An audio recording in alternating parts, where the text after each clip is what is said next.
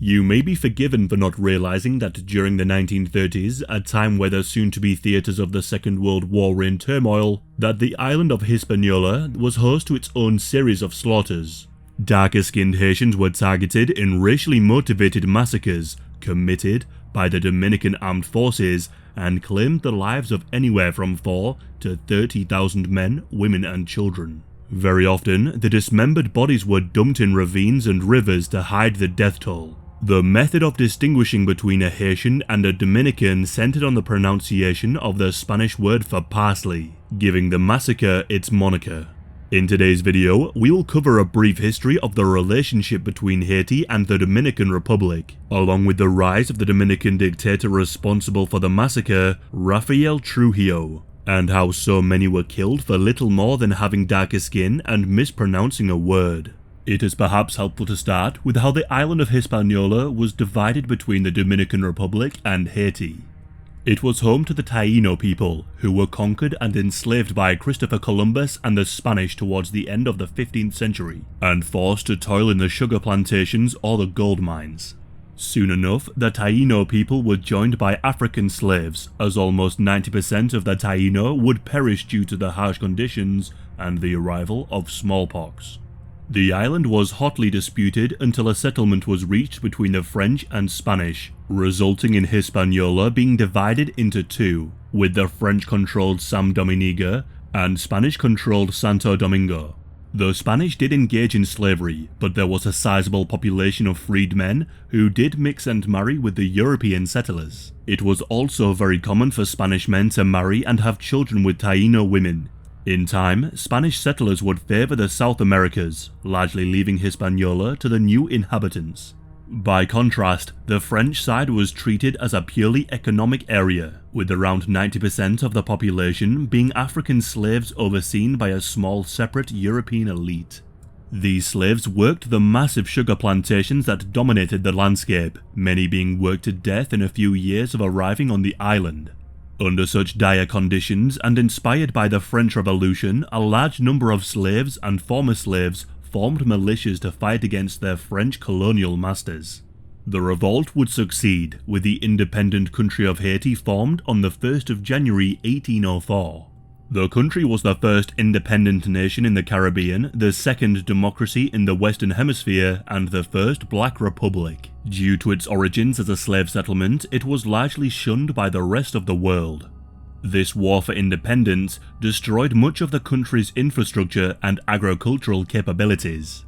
During the 1800s, the European powers and the United States ostracized Haiti both politically and economically. Saddled with colonial debt and with a lack of meaningful trade, Haiti soon declined from a wealthy colony to an impoverished country. The Spanish side of the island and the capital Santo Domingo would in turn seek independence from the Spanish.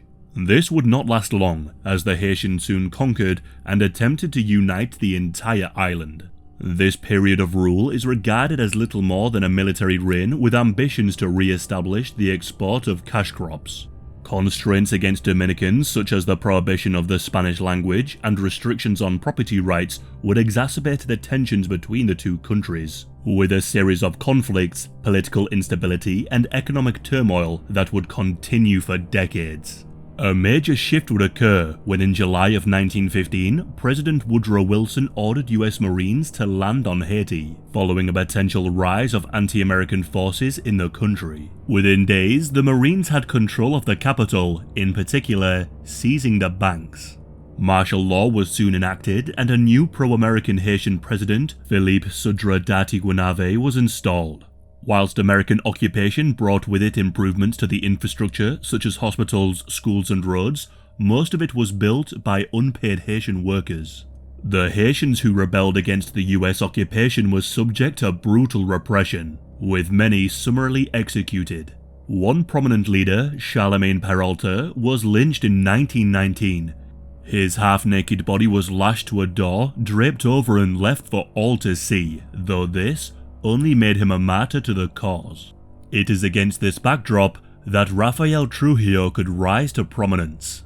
Trujillo's first taste of real power was when he joined the American-created National Guard, receiving training by American Marines occupying the Dominican Republic.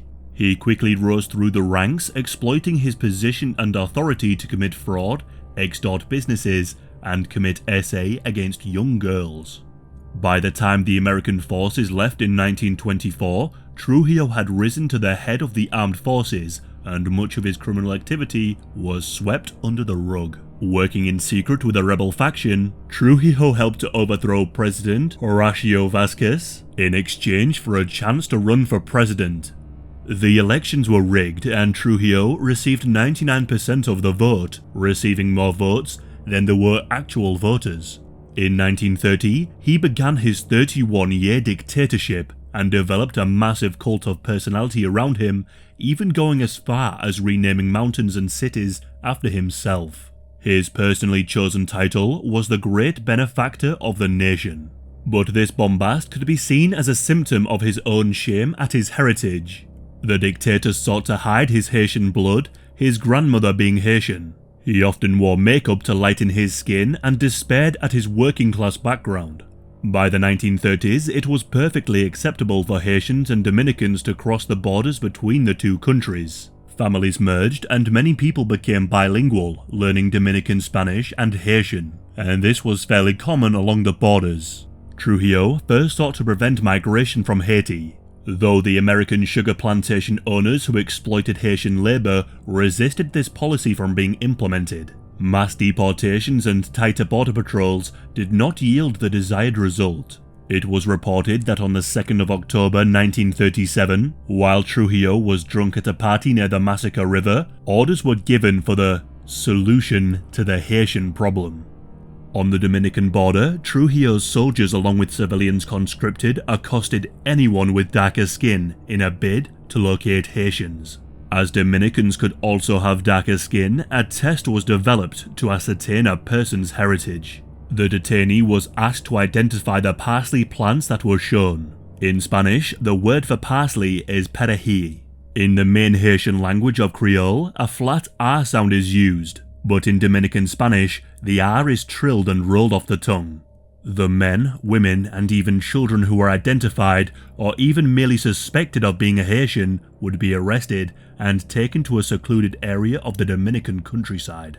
And there they would be murdered, almost exclusively by machete, to hide the fact that it was being carried out by the army. Whilst the machete was the main weapon used, rifles, shovels, and bayonets were also used to murder Haitians. It is even reported that Haitian children were tossed into the air where they were impaled on soldiers' bayonets. Those who managed to survive returned home with accounts of people being hacked to pieces with machetes, and of children bashed against rocks or tree trunks. The Trujillo government would later argue the killings were a defensive reaction by patriotic farmers defending their lands from Haitian cattle rustlers, pointing to the methods employed and the lack of guns used in the killings. Due to the level of secrecy employed in the killings, it is still not clear as to what were the specific motives for the massacre. One reason is that Trujillo sought to reclaim more land to use in cash crop production, in an attempt to expand the colonialization program taking place throughout the nation. Others point to vengeance for a Dominican spy ring discovered in the capital. Trujillo relied on such spy networks to keep tabs on exiled dissident Dominicans who might look to plot against his regime. Others point to the racialized element and the inspiration Trujillo received from the Nazis, having received a copy of Mein Kampf as a gift from a Nazi delegation. But his goal may have been seen as an attempt to rid the Dominican Republic only of darker-skinned Haitians, as Haitian workers were still vital for the sugar plantations. As the murders were targeted on the border between the Dominican Republic and Haiti, it could be argued that Trujillo sought to disrupt the intermingling of the two nations and instill a sense of fear into those who dared to cross the border.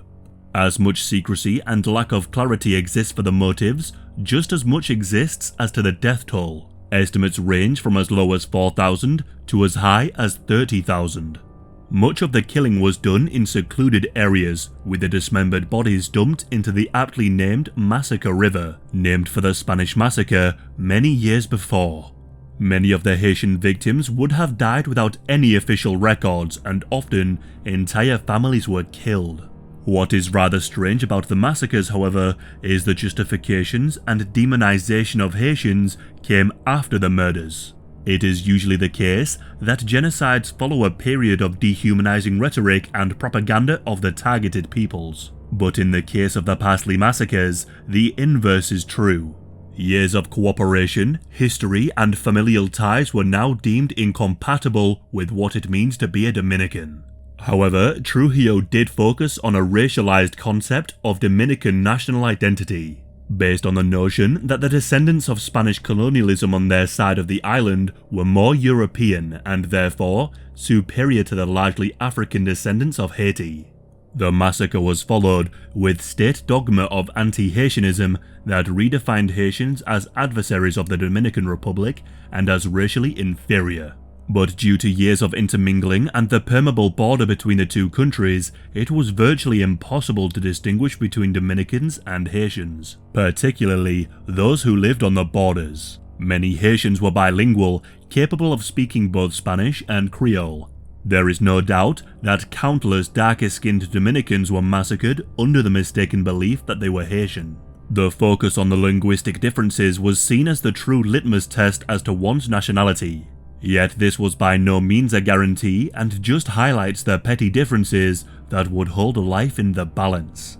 In the end, a deal brokered by the American government on behalf of the Haitians resulted in around $500,000 paid in reparations. Much of the money vanished, absorbed through corruption, whilst the Trujillo government doubled down on shrinking responsibility for the massacres. Perhaps why the Parsley Massacres are not well known is due to the lack of information available. There are only a few photographs of the victims and hardly any accounts.